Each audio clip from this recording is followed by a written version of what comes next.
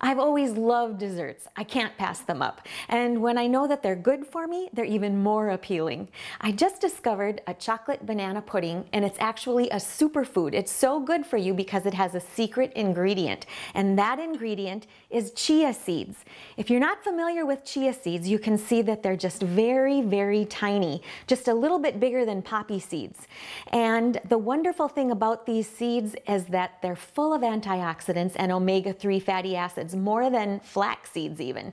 Now, if you're used to using flax seeds, you know that you have to grind them in order to be able to digest them and get all of the nutritional benefits. But chia seeds, you don't have to grind. And what I love about them is they're a great thickening agent, a natural thickening agent, because they can absorb 10 times their weight in liquid. So I've learned that I can make a no-cook pudding using chia seeds, and I'll show you how I do it. I started by putting 1 can of light coconut milk into my blender, and now I'm going to add a little bit of vanilla, just a teaspoon of vanilla, and I have already dissolved some espresso powder in hot water. Now, espresso powder is an instant coffee, but it's real fine. Like it says, it's a powder compared to regular instant coffee. Now, if you can't find a jar of instant espresso powder in the store, just take regular instant coffee and grind it up in your coffee grinder or your blender until it's a powder, and it'll work just great.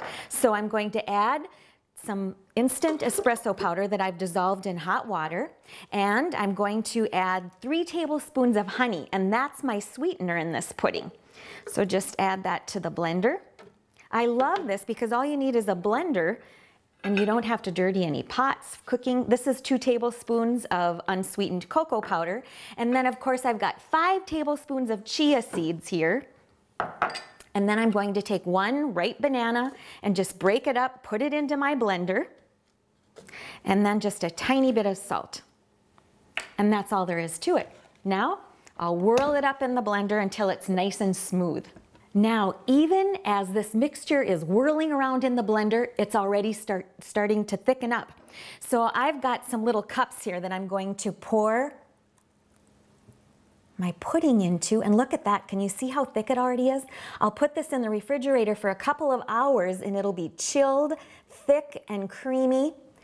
And it's nice to top it with some fresh raspberries, a little bit of whipped cream if you like. So I hope you'll give this no-cook chocolate banana pudding a try with the chia seeds to thicken them.